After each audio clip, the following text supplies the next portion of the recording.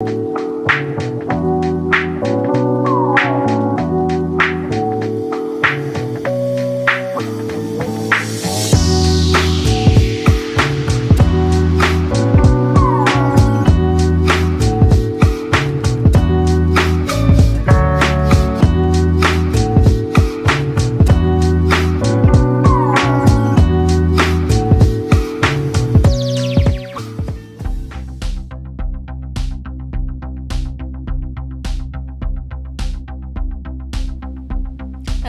and welcome to CHGO Red Stars, the premier Chicago Red Stars podcast, in my opinion, presented by PointsBet. Use promo code CHGO when you sign up to get 2 risk-free bets up to $2,000. Hey, what's up, everybody? I'm back at your girl, Sandra Herrera, here today with my friend, homie, and colleague, Claire Watkins, a.k.a. the Scam Originator. Claire, how you doing, buddy? I'm good. I've said this last week. We made it through CONCACAF W. Hooray. We're going into a dark weekend for NWSL. Yep. Hooray. Everyone takes a little bit of a breather. So, yeah, I can't lie to you. Again, said this last time. Yeah. I think I said it the week before. I'm running on fumes a little bit. We're there with you. I'm going to, sit in a dimly lit room for, 24 hours and just, with my eyes closed and meditate or something this weekend. We've been chatting about it. It's definitely been, a work hard, play hard type of It energy. Has, right. It's not just the working. We've been going out and getting it. 2 to 3-ish, possibly veering into 4 weeks now. Yeah. There has definitely been summertime shy. Hardcore. We've been putting in the hardcore on both sides. So work, play, we can work. both say that we've survived. Please clap for us. I could do that. Hold on, let's see. Here we go. Ready? Yeah, Lauren's. One of the cool things that we actually got up to we went to Pitchfork. We did a very Chicago summertime shy thing. Yeah. And that was nice. Because the Red Stars were away. The Red Stars were away. And we were like, you know what? They're on the road. Yep. They've abandoned us to Houston. To some place called Houston. The second year in a row, actually, that they've played Houston away during Pitchfork Weekend, which is funny because Pitchfork Weekend was in September last year.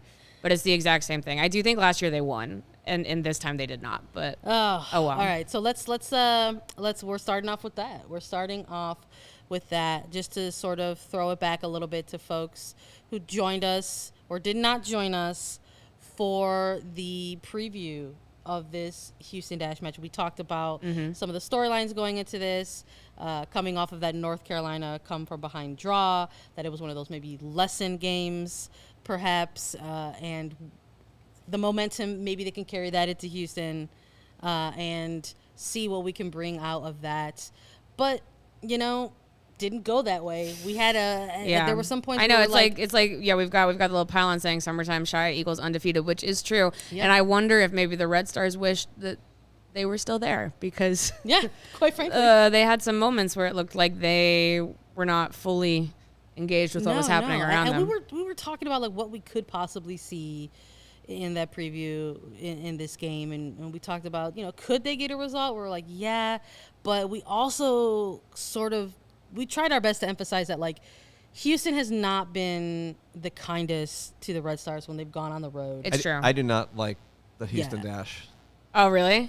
I don't like how much they just battle the Red Stars. Yeah, no, it does feel like it's funny because we talk about NWSL rivalries a lot, and people try to sort of create different rivalries and stuff. Yeah. I do think there's a little bit Houston there cares with very Houston. much about having a rivalry with Chicago, and it's just I don't think it's reciprocated. Well, I think there kind of should be. Especially after, there's a little bit. I think they play each other really tough. I think that there have been stretches where Chicago's really dominated Houston. Obviously, Houston got the big revenge game in the 2020 Challenge Cup. Yeah. Since then, it's been a little bit more mixed. I think that in general, truly correct me if I'm wrong. I do think Chicago has a better record against Houston since, but it's been a lot of draws, and there's the occasional game this one where you're just oh yeah, Houston knows how to play Chicago, Yeah, and apparently it doesn't matter who's in the coaching seat. Yeah, right? It's 2 brand new dudes, and here we are. 2 just brand new coaches. Yep. Yeah, it was it was the 2020 Challenge Cup for me that really kind of cemented my Rachel Daly on the documentary saying that Chicago's outside backs are shit. Yeah. That That was fun. Not nice. Catching on Paramount Plus. Not nice, if you Rachel. haven't seen it. That was a fun Challenge Cup documentary. And again, if you don't know what we're talking about, go watch it on P+. Yep. You can hear Rachel Daly shit all over Chicago's Not nice. fullbacks. I mean, and you know what? Well, playing fullback ain't easy, is it? No, it ain't. No, it ain't. As Ebony Salmon has maybe reminded some folks. And that was another thing that we talked about. We said, what like version of the Houston Dash are Chicago going to face? Right. You know, was Maria Sanchez going to be on some type of minutes restrictions? Like, what was that going to look like?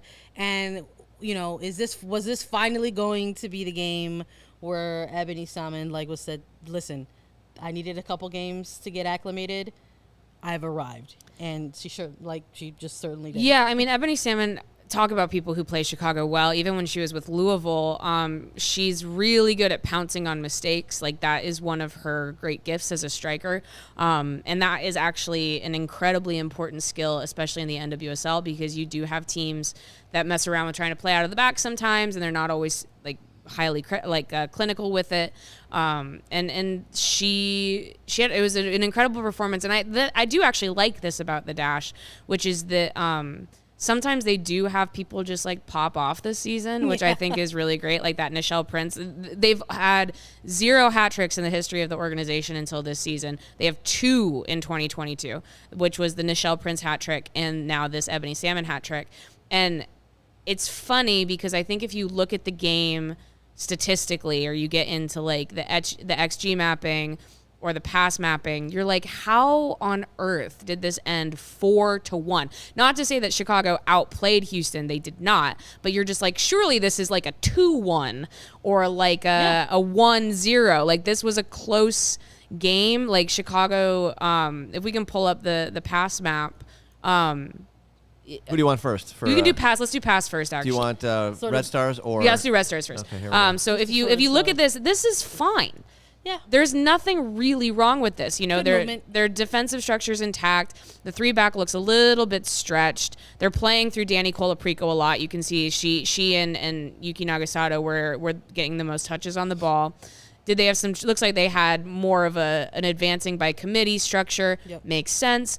You don't look at that and you think problematic. That gave up 4 goals. Yeah. You don't. No. Right. But they did. And so maybe we should talk about that too, which is that it just seemed a little bit like a hot mid-season game where they made some mistakes, right?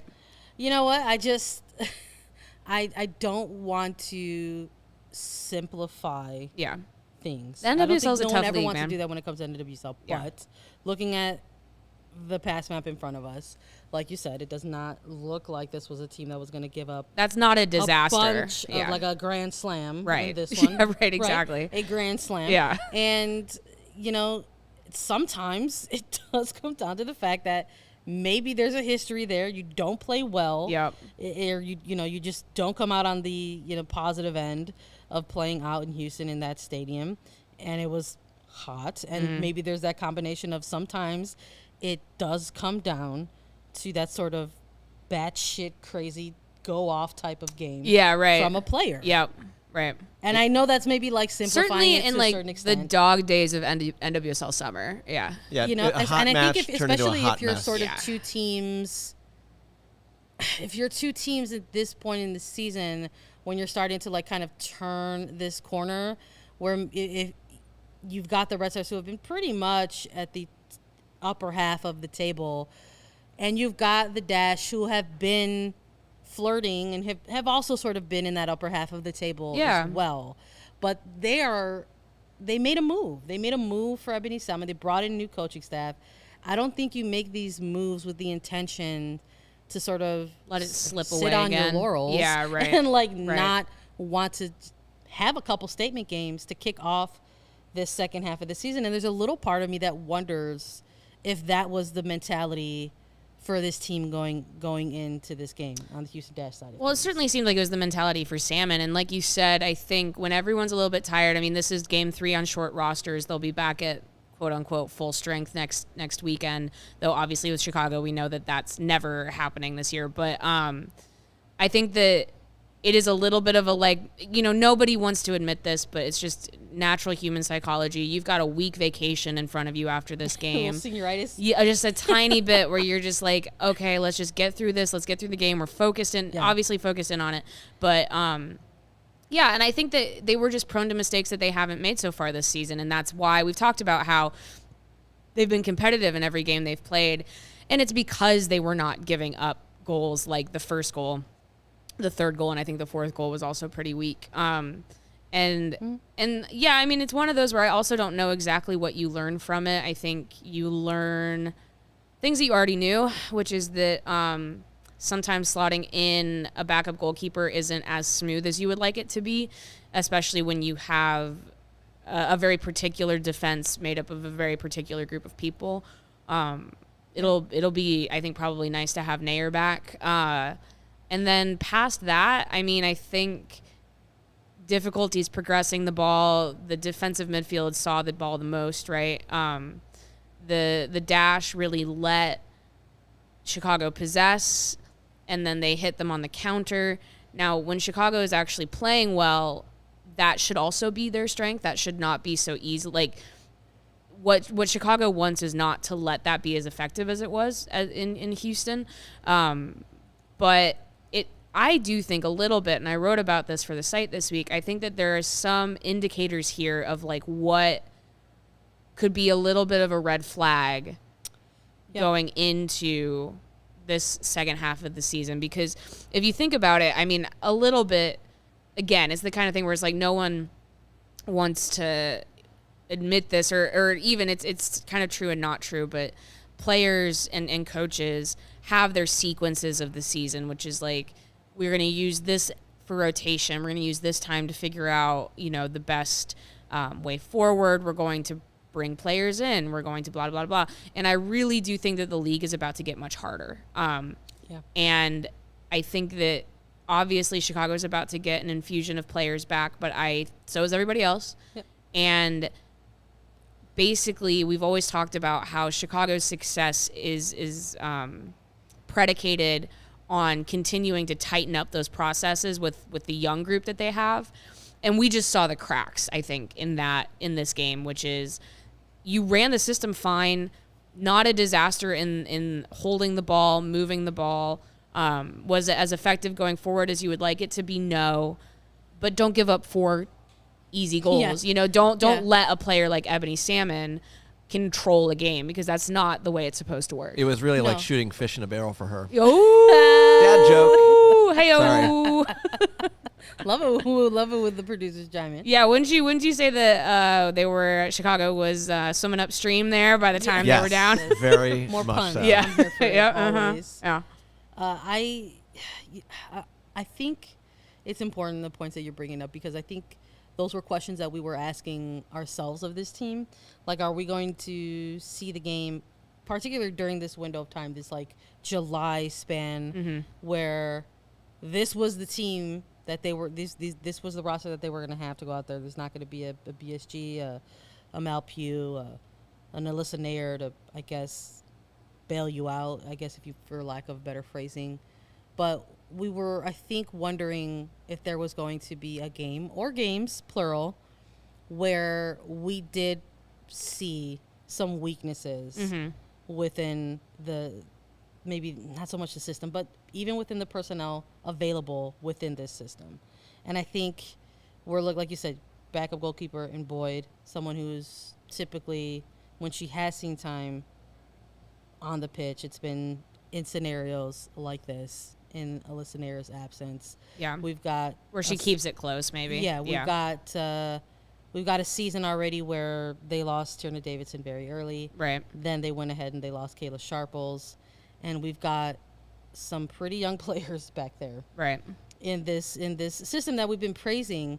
But I mean, it's still relatively it's not new. I mean, I guess it's just still, you're gonna have days like this. I think, and it's. Yeah. I think there was a part of us, we were talking about that North Carolina game. We were like, well, maybe that was the game, but turns out it wasn't. Yeah, but that was maybe the warning shot. I just pulled up the box score, and I think that maybe the most indicative stats you're looking at here is that, again, when we talk about a player like Ebony Salmon playing so well, Houston had 15 shots, 10 shots on goal. On target, yeah. That's a huge you get that difference. ratio, you're going to be doing well. Compared to 6 for Chicago. Six on 21 shots. Yeah. So, obviously Chicago, I think, started opening up. They started pushing once they went down. But I think that's probably the story of the game. Like, you can look at the XG, and the funny thing is that just like the Ebony Salmon goals themselves were not really, I mean, it looks like her third one was the highest XG chance. I think that was off of the turnover.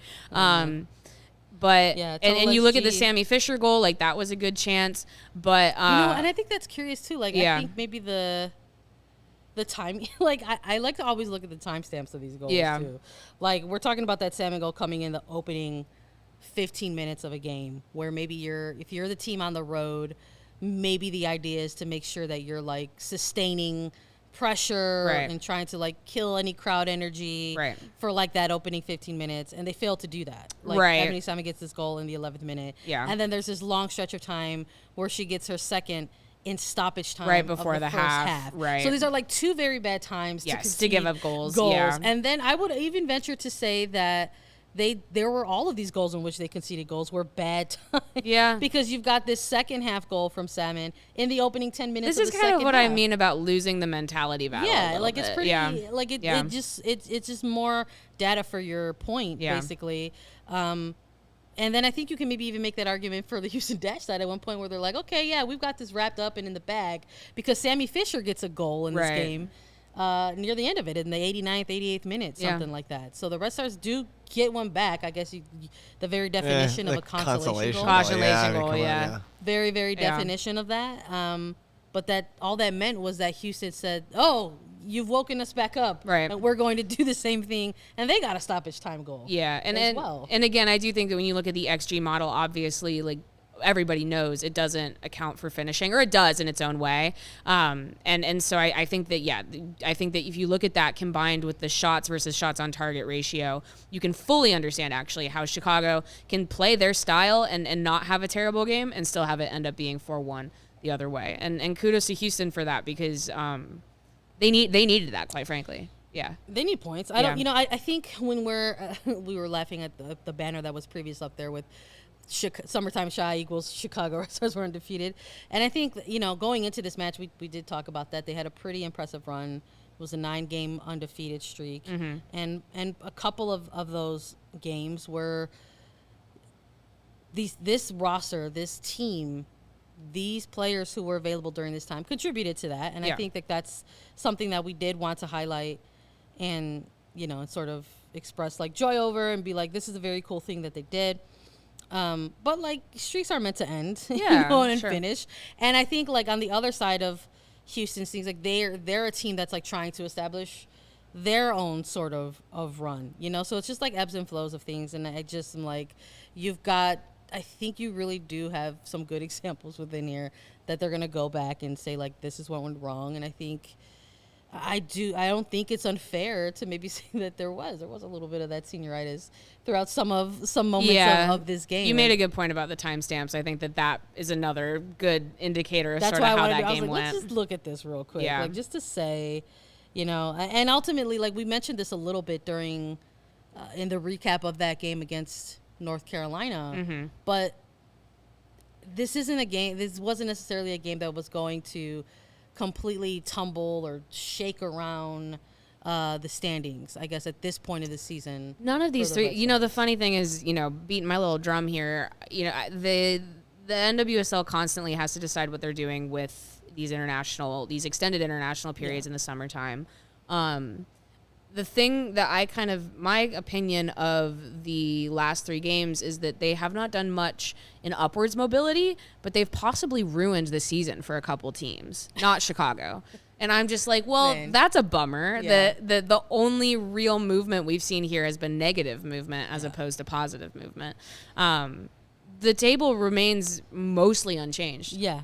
You've got San Diego still on top. You've got Chicago. Portland's looked good. They're doing blowouts, but it's still just 3 points every time. And then they've also dropped a couple, and it's not losses, but they've had a couple draws. Yeah. And so you're just like, okay, now we're back, baby. But I think but it's also I think this is a good moment to maybe pivot over to bigger picture stuff. But I think I'm going to let you actually hit it with an ad seg first. Is that a transition? What Listen, a segue that was. I know. I was going and then I if you're the betting type, I'm sorry if you made a bet on the Red Stars in this Houston game, because maybe it didn't turn out the best for you. But if you are the betting kind, just want to let you know, best way to support CHGO is if you download the PointsBet app and use code CHGO when you sign up. If you do that right now, you'll get 2 risk-free bets up to $2,000, but that's not it. If you make a $50 or more first-time deposit, you'll receive a free CHGO membership, which unlocks all of our web content, and you'll even get a free shirt of your choice from the CHGO locker. That's $2,000 in free bets, a free CHGO membership, and a free t-shirt from the CHGO locker, all for making more than a $50 first-time deposit at PointsBet. If you have any questions, you can email pointsbet@allchgo.com and we'll help you out. Download the PointsBet app right now and use promo code CHGO. So what are you waiting for? Time to elevate your live betting game. Once the game starts, don't just bet. Live your bet life with PointsBet, baby. Wow. If you or someone you know has a gambling problem, wants help, call 1-800-GAMBLER for a crisis counseling and referral services. Now that's a solid finish to your ad. Oh read. yeah, I love that. 100%. That's That's how speed you up. finish. That's how you finish it. Should be a finishing You were- coach. you That's were right. like- I know. Maybe very much Chicago. like Ebony Maybe you Salmon. should show up at Red Stars training to show them how to finish. That's me. That's something else I'm putting in my resume. Yeah. I guess. I don't know. So let's switch over to some of the bigger picture stuff, maybe. Which, taking a look at high performers, they're a little bit. They're past the halfway mark, but they're still kind of at the halfway mark. Yeah. High performers, low performers, actually, maybe a little bit. What's working, what's not working. Like with the caveat that I don't think that this. I mean, it looks bad, but I don't think that this 4-1 loss was a total disaster in that Chicago looks like they don't know what they're doing. It was just mistakes really kind of sunk them. But so I do, but I do think, based on what I was saying earlier about how I think we're going to see some teams kind of sharpen the blade a little bit as we go. It's going to bottleneck. It's about to turn into like, okay, these teams have rotated. They've gotten a lot of players time. They're going to figure out their best 11s, and they're going to start rolling with it as we get closer to the end of the season. Chicago needs to do that too. Playoff ball is a little bit different than let's establish the team and get rolling. And so I want to talk about the midfield again a little bit, and talk about who, looking at the data that we have in front of us, really is doing well, and maybe what that starting 11 looks like going into the second half of the season. Because, we've got to figure it out, right? We've got three defenders. We've got the box midfield. We've got 2 wing backs. We've got 1 lone striker, right? And I do think we have some players that have shown that natural affinity for those roles. Yes. In more of a, like, let's slot them in and survive, but in like if we had to play a playoff game today, they could come in clutch. And here's how we should do 100%, this. Yeah. And so I think, I was looking at the G plus from American Soccer Analysis, and shout out to American Soccer Analysis. I use their stuff a lot because we don't get a lot of advanced stats in NWSL. This is the top group of the team in goals added, meaning it's an accumulation of touches, passes, runs, dribbles, interceptions, shots that add to the probability of a goal being scored. So it's basically just like a positive action rating, essentially. Yeah. And no one will be shocked to see that they're led by Mallory Pugh, frequently just because of her astronomical dribbling numbers. Look at her. She's got 2.31 dribbling numbers. That's insane to me that Morgan Gautrat's on here with 83 minutes. I know. See, this is what I'm talking. That's a madness. This is what I'm talking about, That's though. a madness. We'll get there.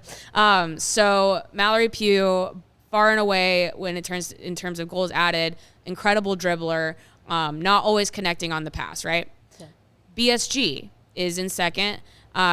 She is really good. Her highest stat is at receiving passes, which I think we've seen in practice, right? Where when they've got BSG out there, they can whip that ball across, and she's going to get to it, right? And she's got that great first touch, and she can drive towards goal. Third, we have Ava Cook. Ava Cook is really the only natural center forward the Red Stars have. And that is kind of my point now also going forward into the second half of the season. I know she's a rookie. You don't want to overload physically. I think you want to have Ava Cook on the field as much as you possibly can and not as a sub, personally. Yeah. Next, we have the wingbacks. We have Sarah Luber and Rachel Hill. Then Vanessa DiBernardo. As Sandra mentioned, Morgan Gautrat in her 83 minutes this season. And then Sarah Griffith. So Oh, boy. I think that there's a lot here to look at and to basically say, if we want to lean into our top performers, I think we know what this lineup actually looks like. And it is one where it's yes, you should rotate to keep everybody healthy, but maybe it's not an either or with Ava Cook and Ella Stevens. Maybe you start Ava Cook. Listen, I wouldn't hate it at this point. Yeah. I think conceptually speaking, like venturing into this second half, I think we've had an exciting first half from the Red Stars, obviously, where we've got to get introduced to some first-year players, rookies, and they've impressed. And I think in this second half, what you don't want to do is get stagnant. Right. I don't think you want to turn into a predictable Red Stars team. Agreed. Which has been part of their culture before, unfortunately, in the past. Sure. Is that Chicago, although has been a very good team and a very difficult team to go up against, there used to be elements of their play that were very predictable. Mm-hmm. And I would like to see that maybe going forward in the second half, that even though your system is the system, Yep. that doesn't mean that you can make things, you couldn't make things, shake them up or make them a little unpredictable Right. by doing something like that. I think this is a very important chart that we pulled up here for the folks to take a look if you're watching it on video or if you're listening. Well, and I think it also indicates, and this has been, I'm trying not to just like be like, this confirms my prior opinion, but I had concerns at the beginning of the season about the midfield, the midfield box. Yes. And I think that what I didn't actually anticipate was I didn't realize how integral Pugh was going to become to that midfield box. And so when she's there, you can't underestimate her importance, but I still don't think it's 100% working. You saw in that Houston game, you saw that Yuki Nagasato and Danny Colaprico were touching the ball a lot. When Colaprico and Nagasato touch the ball a lot, that means that Chicago is not moving efficiently in the attack. Yuki Nagasato, I think at this point, this is another player that I think they need to start reserving for particular game states. I think they're playing her a lot. Yep. I think that the effectiveness of her time on the field has gone down as the season has gone on. And I think that if you also, just with this idea that you want to save legs on DiBernardo, who has been asked to cover a lot of ground, if she's your number 6, if we've made that decision that she and Colaprico are our big capital S starting 11, number 6 duo, I think you start 2 true 10s. And I think that at this moment, that's Pugh and Griffith. I would like to see it. Yeah. For lack of a better word. Listen, we're talking about waves of momentum in a season, and we've been talking a lot about how, the Red Stars are turning this corner into the second half. There's this break, obviously, right here. And I'm not disagreeing with you. This is stuff I know that we chatted a little bit about off mic, and we're bringing it on here. But I would like to see Ava Cook utilized a little bit more. I thought for a second there was a trend where that is where the team was maybe going towards. She also got a little bit hurt when she came back from U23, so I want to be sensitive to that as well. You have to sort of take all those things into consideration. And I think one of those things is also, bringing up a player like Nagasato. The other thing about Nagasato for me is that she is just such an intelligent player. Like, Yuki Nagasato is just this very smart soccer player. And if we're talking about maybe eventually moving some things around and seeing a player like this maybe get a little less minutes, I think you would want a very smart player to be that person. Be able to sort of look at and come into a game and sort of maybe reset things for a team. Yep. There's that component, and I also just think there's a lot that they lose by having her play so much lower. Yeah. Quite frankly. Right. By trying to fit her in this connective role, I think just because she is so good on the ball and she is such a smart player, but I think that if you're going with plan A should be the box truly allowing the 10s to push, truly allowing the 6s to sit back, right?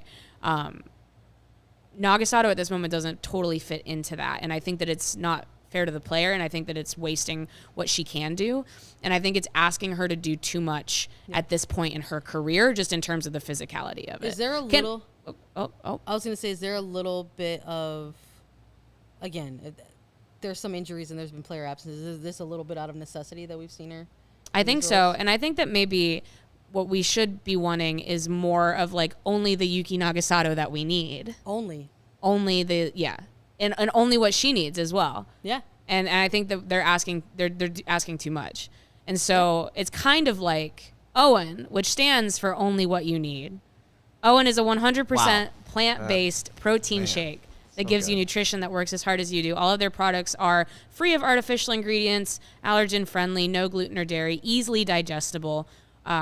Yuki Nagasato probably could use some protein right now. I can use some protein. She's been like grilling in her backyard all week though, so maybe she's good. Maybe she just sprinkle a little Owen in there. Owen and CHGO have partnered to give you an awesome offer. You can get 20% off of your first purchase at liveowen.com. That's LIVEOWYN.com with the code CHGO20. Give it a chance, people. Give it a shot. Could change your life. But yeah, so I don't know. I mean, it's little stuff, right? They're getting Aaron Wright worked back in. Yeah. They're going to have to figure out what the wingback situation is going to be. I think they have a lot of attacking midfield talent, which makes getting Sarah Luber on the field difficult, though I think they really should try to do that as well. Mm-hmm. And then it's just more, I think you want to turn the work that you've been doing in the first half of the season into strengths. And obviously we didn't see that against Houston, but now's the opportunity to, I'm going to be honest. I really do think as well that you don't want to run the same starting 11 out all the time. That's not healthy. It's not good. I think once you get to the last 6 games of the season though, you got to start getting the same people reps, because that's how you become a deep playoff team. You want to be gelling, man. Yeah. You want to be gelling. You want to be vibing. You want to be cohesive, right? Yep. I guess that's the fancy word that people chemistry, like vibing and gelling. Chemistry. You want to have that chemistry. You want to have all that, settled. Yep. By the time you hit those final, let's just say like 5 weeks of the season, especially, it usually comes down. We've seen this happen year in, year out. Whether it's been, a 10-team league or a 9-team league. And I would imagine with 2 more teams, that's leveled out the competition even more, that it's going to just repeat itself. It's going to come down to those 6 weeks or so of the season. It's usually somewhere between 4 to 6. Yeah. We saw the final spots of the playoff picture shake off with a decision day scenario, which was unheard of like before. The final 10 minutes of a game decided that final playoff spot. Unheard of before in NWSL history. So that was cool to see last year. So I wouldn't be shocked if that came into play this year. So I'm with you. I would love to sort of see this beginning stage of the second half sort of start implementing maybe some new things and just really trusting the younger players. I think that they've earned it. You've already given them the freedom, a little bit. So now just be like, it's you. Yep. Yeah. And, I think ultimately that's sort of what it's going to have to be, because listen, there was a trade window here. It's coming up to be expired pretty soon. And quite frankly, the Red Stars haven't been part of that conversation. Again, it's mirroring their off season. Quite frankly, where they didn't make any moves, and if anything, they clearly drafted well. I'll just give them that. They had a really good draft, which is again part of their culture, I guess. And but didn't see too much movement in terms of big player acquisition in the offseason. They got Yuki Nagasato back, which was partially spearheaded by the fact that she wanted to come back to Chicago. Mm-hmm. So it wasn't as if they actually went out and got that player that they've been eyeing. And this international window and this trade window has seen some cool things happening for other teams. I mean, my goodness, we saw Ebony Salmon have a breakout game for Houston after her trade there. And I thought maybe, especially now, even coming off of this Houston game, maybe they need a little bit of help in that defensive department. Yeah. And I was a little curious as to maybe we would have seen something, but we haven't. Now, that's not to say that we won't, but we haven't seen it, and we can only operate with the information that's in front of us. And the information that's in front of us is that the Red Stars have not done anything during this signing window. So I thought, if anything, that would have been an area in which they would have looked at, because I think you and I, we were both curious, I think early in this season, if they needed to go out and get another midfielder. But now I'm like, maybe they need to go out there and get another defender who can slot into this sort of back three. And I was just a little curious, I just, like, I don't know. Did they, like, lose Hannah Davidson's number, or, like? Yeah, I don't. Like, yeah, it's a weird one. It's not a weird one. They've struggled with this. I don't know. It's just, like, not new. So yeah, I'm with it. I'm curious to see how it sort of shakes out. But we're not going to see that this weekend, because the NWSL is going on a break. They're currently on a break. Yes, the currently break is on a break happening right now. Yeah, teams like had to lose players' numbers for 7 days, which I kind of love. Yeah. Log off. Yeah, quite frankly. Yeah. It's always nice to log off. It is nice. I've seen a lot of, they're kind of logging off. They're making sure to take photos on the beach. Yeah. And there's letting like, you know that they're on vacation. I think at least 60% of the NWSL is literally in Mexico right now.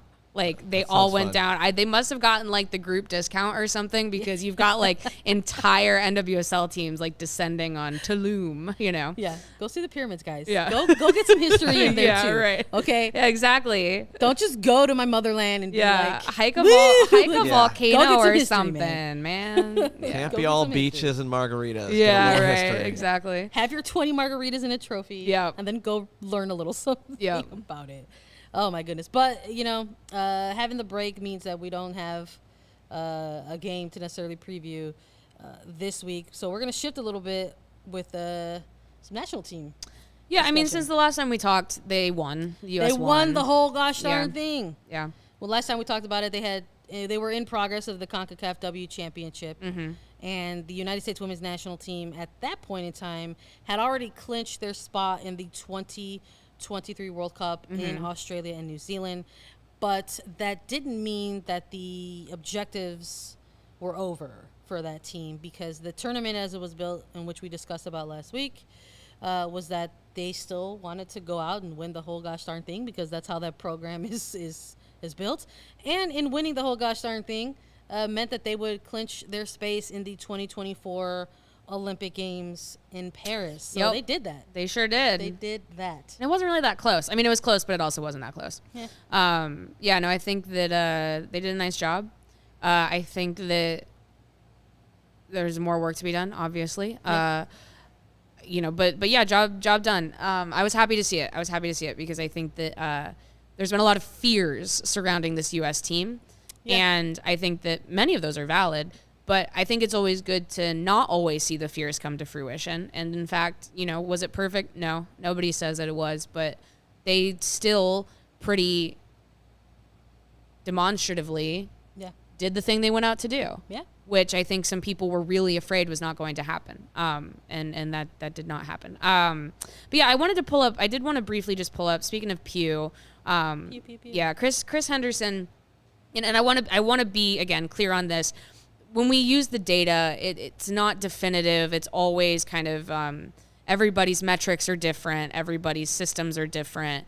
But I was happy to see at least that the Instat, the way that Henderson sort of interprets Instat, had Pugh in the top 3 for the whole tournament, based on how good she was against Costa Rica and how good she was against Canada. Now, we saw Pugh miss a few sitters, right? She only got one goal. She only got one goal in the whole tournament. I think she had 2 assists. I will say that I think as well, she's not in the green for the first match. I think Pugh was very important to the first match. She gets the assist on that first Alex Morgan goal. Yeah. That sets the tone for the entire tournament. Yeah. So that was nice to see, because I think people who watch Pugh play for the Red Stars week in and week out understand this, but it's nice to see it backed up by the data that what she brings to a team is more than the goal scoring. Of course, you want her to sink when she's in a 5v3 and Lindsay Horan has 2 strikers to either side and she picks Mal. Yeah. You want Pugh to get that goal, but she brings so much, and I think that just her commitment to full team defending, the way that she play makes, as we said, she's the best dribbler in the NWSL. She's probably one of the best dribblers in the world right now. She's faster than everybody, just with the ball at her feet. It's interesting because I would say that she's still working on the final finish. I think it's just in certain contexts. She's working on the final finish. Obviously, she's had no trouble with that in the NWSL. But yeah, so anyway, I just wanted to pull that up because it was nice to see a little bit of underlying data give Pugh some props, because I think it's very easy, and we know this. I think a tendency with national teams is to really be hard on finishers who miss a few open looks. Reminds me a little bit of Lynn Williams. We've been Lynn Williams fans for a long time. Yeah. So I was just happy to see some of that other stuff represented in that chart. Or on the men's side, I'm in agreement with you. What? Wando on the men's side. Good Lord. Just for comparison. I know, just the heat, right? The heat. Yeah. Just that gosh dang sun. That gosh darn those 3-yard misses. Yeah, I know. Yeah, I think, listen, who doesn't want to see some dingers, right? Americans love their home runs. The goal scorers, tend to get the love and stuff like that. And when you're missing, I guess, the sitters, right? Because there were a couple of opportunities, particularly in that. Where do we think sitter came from? What sitter? kind of term is that? I don't know. What? What does that mean? What's the etymology? Okay. Yeah, I think it might be. It's just sitting there for you. Wide open goal, sitting there. Yeah. Sitting there. Okay. It's just that makes sense. sitting there for you. Yeah. And it's just especially in a final. You're like, right. That's the moment where you're gonna you want to have that. But I think now that the tournament is over, I mean, I liked what we saw out of Mal Pugh in the game. It just was. I think we just saw the type of player who we know she is to be. I mean, she led the team. Well, she didn't lead. She was second on the team in chances created, right behind Rose Lavelle. Yeah, right. And I'm like, that's very, very impressive. 9 from Lavelle compared to the 6 from Pugh, and just made the 4 appearances. There was also a lot of player rotation. There was, and there had to be with a short form tournament like that. Tournament that was just going to be part of the process as well.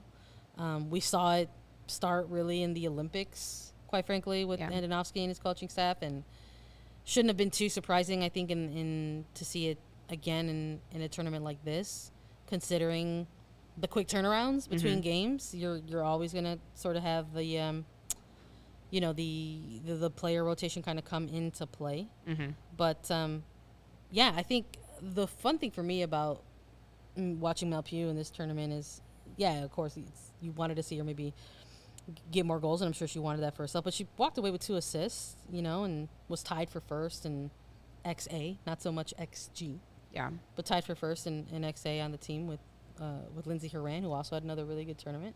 But I'm hopeful that on the Red Star side of things, hopeful that had a successful enough tournament where you want to carry that energy back into your club team. Quite frankly. Yeah, for sure. All right, I have a question for you. You ready for this? Sure. So all these NWSL players, you're talking about how they're all in Mexico, they're all at the beach, they're all chilling. Do you think that they brought their supplements with them on vacation? Yes. You think they did? They're not allowed to be told to do that, but do you think they brought their just to keep it rolling throughout the week? I think that they absolutely, these are pro athletes at the highest level we're talking about. When you're talking about the international game, I think it's, all fairness to say that that's the highest level. Yeah. Right? So, yes. You think they brought their... I absolutely think they took supplements. Supplements like athletic greens, perhaps? You know what? I hope so. Yeah. So if that's a pretty good one, right? I'm smiling too much. It's too good. That's a seg. Yeah. All the other shows are taking lesson from us. That's right. If you want to be like these professional athletes, and honestly, it's good to have a regular routine with this kind of stuff. It's not always easy to get exactly what it is that you're looking for from going to the grocery store. You got to get a lot of different, especially when it comes to greens, that can be expensive. It can take a lot of work. Athletic greens, you are absorbing 75 high quality vitamins, minerals, whole food sourced superfoods, probiotics, and adaptogens to help you start your day right. It's a special blend of ingredients that supports gut health, your nervous system, your immune system, energy, recovery, focus, and even possibly aging. Costs you less than $3 a day. You're investing in your health, and it's cheaper than a cold brew habit, which we know these gals have too. Inflation. It's affecting everything. It really is. It works with any diet. Yeah. So Athletic Greens. Yeah, I mean, I love kind of doing these on these sports podcasts because it is like the kind of thing that you would do if you were an athlete or if you wanted to be like the athletes, living healthy. I don't know if that's always me. I would love to, but anyway, to make it easy, Athletic Greens is going to give you a free 1-year supply of immune supporting vitamin D and 5 free travel packs with your first purchase. All you have to do is visit Athletic Greens / I'm always curious about this. This is a little bit inside baseball. Do we have a Red Stars code for this, or should I input a different one? I don't know the answer to that. You know what? I'm just going to go ahead and say CHGO Bears. Again, that is athleticgreens.com/CHGO Bears to take ownership over your health and pick up the ultimate daily nutritional insurance. I'm going to ask Parker about that because I don't really know the answer to that. The other football team. Yeah, the other football team. Yeah. The Bears. Okay. The Bears. I'm going to ask Parker. Not necessarily the Red Stars, but the Bears have a code. So definitely if you want to use that out. I mean, yeah, I'm with you. Athletic Greens, if you want to, like you said, like being like. Be like the athletes, you know? Yeah. I'm someone that's like, when I'm trying to be like the athlete, I'm going like, I'm veering more towards the 20 margaritas and a trophy. I know, right? Yeah. Yes, be like AM13. Yeah. Down 20 margaritas in a championship trophy specifically, not just any gosh darn trophy. So do we want to close this out chatting a little, speaking of the Bears and the Bulls and the White Sox and the Cubs and the Blackhawks? Speaking of all of the teams in the greatest city in the world, Chicago. Oh boy, here we go. There's something that comes into play when you're talking about sports. When you're talking sports in Chicago, which is pretty oversaturated with a lot of teams. And a lot of times there's a huge emphasis on what's, I guess, the big five. Because we've got two baseball teams in Chicago. Right. So we're talking big sports city. Chicago Bears, and we're talking Bulls, we're talking Blackhawks if you're a hockey fan, and the two baseball teams in the Cubs and the Sox. And not too long ago, very, very recently, CHGO threw out a jersey image. And like many people shouted loudly on the internet at CHGO, we also took notice that there wasn't a lot of women's jerseys represented here. Yeah, we just have the one, just the Candace Parker 3. Yeah, I mean, I think it's pretty natural, especially if you're a women's sports fan. Like, you see images like this, and you immediately are like, okay, where are the women? Yeah. That's always what you're looking for. And I think that this is an interesting thought experiment. And it actually, like, not to be like, this is a great encapsulation of the uphill climb for women's sports, but and I don't mean this in like a obviously CHGO is familiar with these other teams. We're literally sitting on their set talking about one of them, right? Yeah. But if you're trying to have like an unbiased conversation about the greats in Chicago sports, I was just chatting with Lawrence about it before we started, which is like, if you start going player for player, right, and you say, like, we say, obviously Sam Kerr should be here for 20, right? Yeah. Someone comes back with, like, well, Sam Kerr only played for the Red Stars for a year and a half, right? Yeah. That's also true. And the Red Stars didn't actually win anything in that time. No. And then I say, well, is no NWSL player a valid option simply because the league is only 10 years old? Yeah. And why is that? Why is the league only 10 years old? You know? Yeah. Or, you know, I think that's like, it opens up this whole bigger conversation about like it shows and encapsulates the difficulties of being a Chicago team in a women's sports league, which is that you are not frequently pulled into those sort of historic conversations, partially because of just a lack of visibility, but also just because for 100 years, you weren't there. Yeah.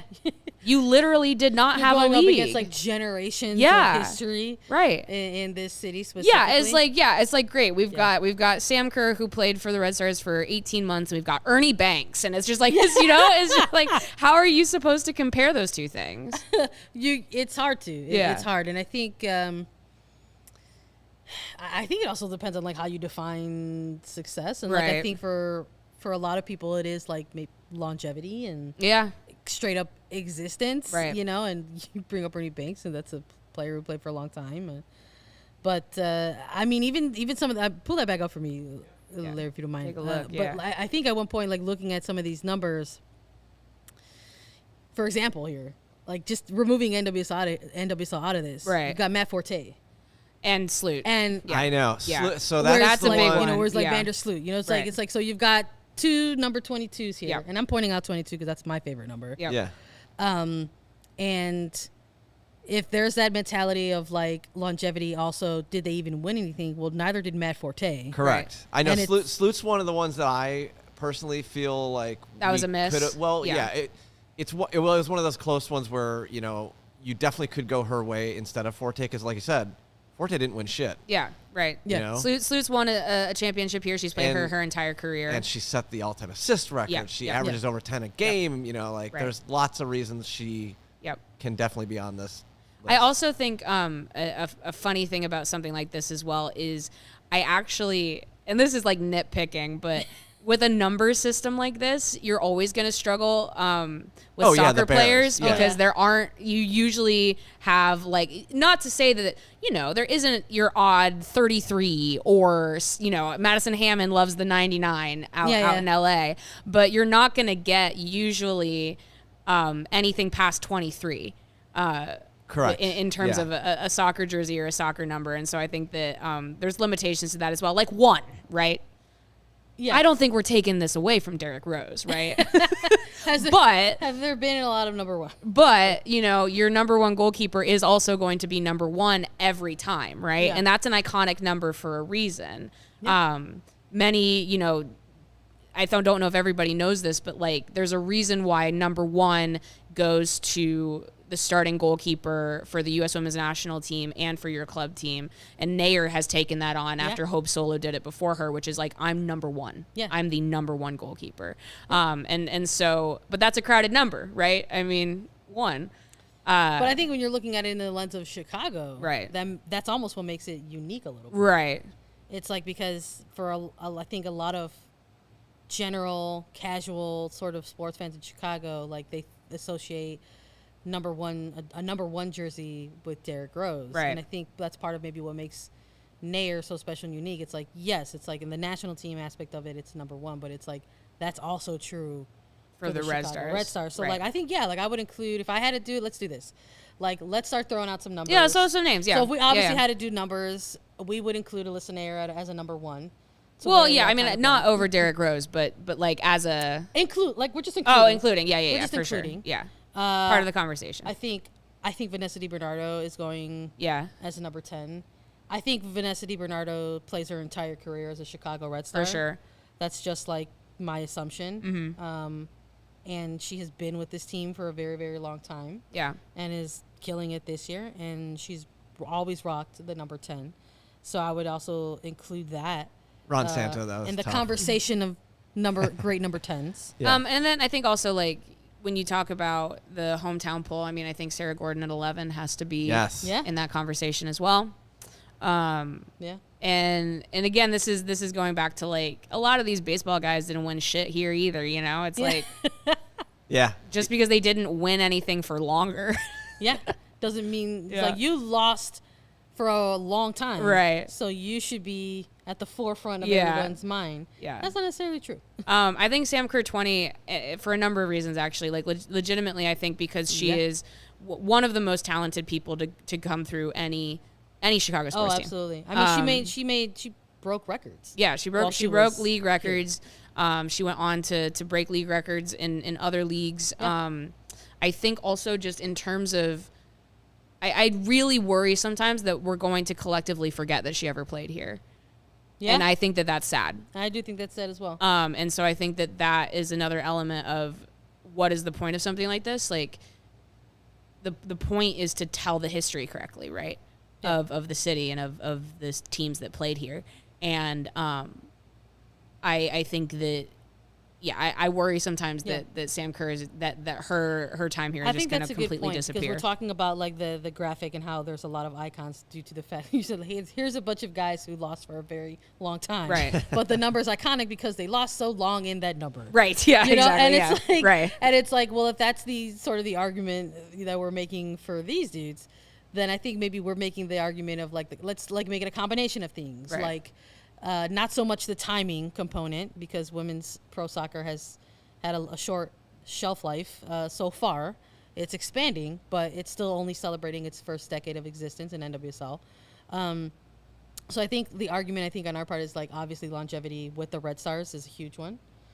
So if we're looking at the time component, we're looking at longevity. But I think like the accomplishments factor I think is a big thing because we talk about the Red Stars, and while they've been a team that has made consecutive playoff appearances, have had, at this point, a couple consecutive finals appearances, they haven't been able to bring home hardware. So when I think we're looking at the concept of bringing home a title or a trophy, Sam Kerr did that while she was a Red Star. So she brought home. She got an MVP. She got an MVP. She broke the scoring record. Yeah, she broke a scoring record. Yeah. You know, that's something that happened when she was in a Red Stars jersey. Yes, 100%. So I think like despite the 2 seasons under her belt with Chicago, you have to also like take a look at that bigger picture. For sure. It's telling the story. It's like why include Sam Kerr? It's like, well, here, let me tell you why. Right. You know, why include Vanessa DiBernardo? It's like, here you go. Let me tell you why. Right. You know, so it's like Vanessa DiBernardo's probably the one player that could tell you about both all of the really tough times of the Red Stars while also like highlighting the very high highs of the team. Right. Like making consecutive playoff appearances, going to finals and stuff like that. So, I think like if we had to like break it down to like anywhere from like 3 to 5 players like that, I think that's a good handful of players. We said Nair, DiBernardo, Kerr. I mean, Ertz. I think you. I was gonna say you gotta give a look at Ertz was here too. for a very, very long time. Yeah, and talk about like being a winner during that period. She won 2 World Cups. Yeah, she won 2 World Cups while with the Red Stars. I mean, I think anyone who was part of that 2019 team, the most winningest season. Yeah. For a Red Stars franchise, I think could probably make an argument for some of those players as well. Mm-hmm. I think Kerr is the breakout. Ertz might be the other one within that. What number is Ertz? We'll see what happens. What number did she wear, Julie? 8. 8. Yeah. So that was who was 8. eight? We're talking about Chicago Legends. We'll see what happens with like Casey Kruger. Like her story is still being written. Yeah. And sort of see like Andre how Dawson. How that might pan out. Julie would have I'm sure there are people who are going to make an argument for Kristen Press in her time. I love the idea of debating Kristen Press versus Michael Jordan. I actually adore that. I think we could 100 if we were in debate class and we had to mount the Kristen Press defense. I think we totally could. We would ace that. We would ace that. Claire and I have done multiple I love this. episodes on like I would love maybe we should do a special Maybe we should. This is kind of the point though, right? When you look at a graphic, maybe this is my final thought on it. When you look at a graphic and you see only one women's sports player, you're being left out of the conversation, right? Like it's instead of seeing the player from women's sports and then debating it on the other end, you're constantly having to debate why the person from women's sports should be there. And so it's like this basis of course the guy's there, now argue about why the woman should be there. And what if we flipped it? What if it was 99 numbers of all women and then the guys had to explain why they deserve to have their favorite man up there? That's true. You know? That's true. I'm just saying. Just us doing our part. So we couldn't we wanted to absolutely address that on the show here. We had, but also wanted to have some fun with it. And while there is no game to preview, and while we're hitting the hour mark here. Yeah, well, we do want to close out for real, since there is no game to sort of preview just yet. And by the time we preview it next week, it might be cutting it kind of close. So we just want to remind everybody that you can come and kick it with us on July 30th. That's right. There's going to be an official CHGO tailgate at Soldier Field in the Waldron Deck for the Fire and Red Stars doubleheader, July 30th. Come through 2 p.m. It's going to be a good I think time. there might be a couple tailgates going. Come to ours. Yeah. There is definitely another one going. Yeah, but also come to this. Come to both. Yeah. I mean, I was gonna say, or do a walk around. Do a walk around. Yeah, exactly. I wouldn't mind checking out the other as well, to be totally honest. And come yell at me about the numbers thing. Yeah, come get in Lawrence's face. I'm gonna take my heat about that as part of the Yeah, come through and let all of the CHGO men know who you think should be rocking in that graphic. Yeah, that honestly, jersey I mean, number for graphic. me, like, I'm gonna say the Sam Kerr one is my biggest regret on that. Yeah. Yeah, I think we sold it. I think Yeah. we made a The good argument. Yeah, we made a MVP. good case. The record breaking. Yeah. Yeah. And it was LC Cord, a random Blackhawk that played Yeah. in the 80s. Right. So yeah. Yeah, Right on. There you go. Thanks everybody for joining us. We really appreciate it. Best way to support CHGO is with a membership. So please go ahead and sign up for a CHGO membership. You get the podcasts that can go off endlessly for all teams, not just the Chicago Red Stars. You get some post-game shows. You get premium written content, specifically from Claire Watkins here, the great. You get dope merch for all the teams when you check out the membership and get a free shirt. Pick the Red Stars one. It's the best one, quite frankly. And you get access to the members-only Discord, the CHGO Lounge. So sign up for a membership, y'all, if you've enjoyed what we do here week in and week out. And we'll be back to chat more Red Stars with you.